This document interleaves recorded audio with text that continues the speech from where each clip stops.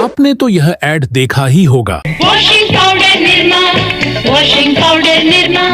आखिर कैसे निरमा ने अपने कॉम्पिटिटर्स को पीछे छोड़कर एक सक्सेस कंपनी बन गई। निरमा की शुरुआत 1969 में करसन भाई पटेल ने किया था। पिता की इच्छा के चलते उन्होंने अपनी पढ़ाई पूरी करके गुजरात सरकार के डिपार्टमेंट ऑफ माइनिंग जियोलॉजी में उनकी केमिस्ट की सरकारी नौकरी लग गई। लेकिन करसान भाई को बिजनेसमैन बनना था। लेकिन दोस्तों 1969 ऐसा समय था, फाइनेंशियल क्राइसिस से गुजर रहा था। तब गरीबी और तंगहाली उस दौर में वॉशिंग पाउडर जैसी चीज लग्जरी आइटम समझी जाती थी। मैक्सिमम पॉपुलेशन इसे अफोर्ड नहीं कर पाती थी। ऐसे समय कपड़ा धोने के लिए सॉल्ट सोडा ऐश यानी कि राख का इस्तेमाल किया जाता था। इस चीज को करसन भाई पटेल ने देखा। उन्होंने अपनी केमिस्ट नॉलेज का इस्तेमाल करके उन्होंने सस्ती और अच्छी क्वालिटी का वॉशिंग पाउडर बनाया। उन्होंने अपने प्रोडक्ट का नाम अपनी बेटी के नाम से रखा, जो था नीरमा। साथ ही डिटर्जेंट पैकेट पर एक छोटी सी तस्वीर लगाई जो निरुपमा की ही सिंबॉलिक थी। अब दोस्तों प्रोडक्ट तो तैयार था। अब प्रॉब्लम यह थी कि इसे बेचे कैसे। इसके लिए करसन भाई पटेल ने कई दुकान में जाकर बताया कि उनके प्रोडक्ट को सेल करे, लेकिन किसी ने भी उन्हें सीरियस नहीं लिया। उन्होंने निरमा के कुछ पैकेट अपने साइकिल पर बांध लिए और घर घर जाकर बेचने की कोशिश की।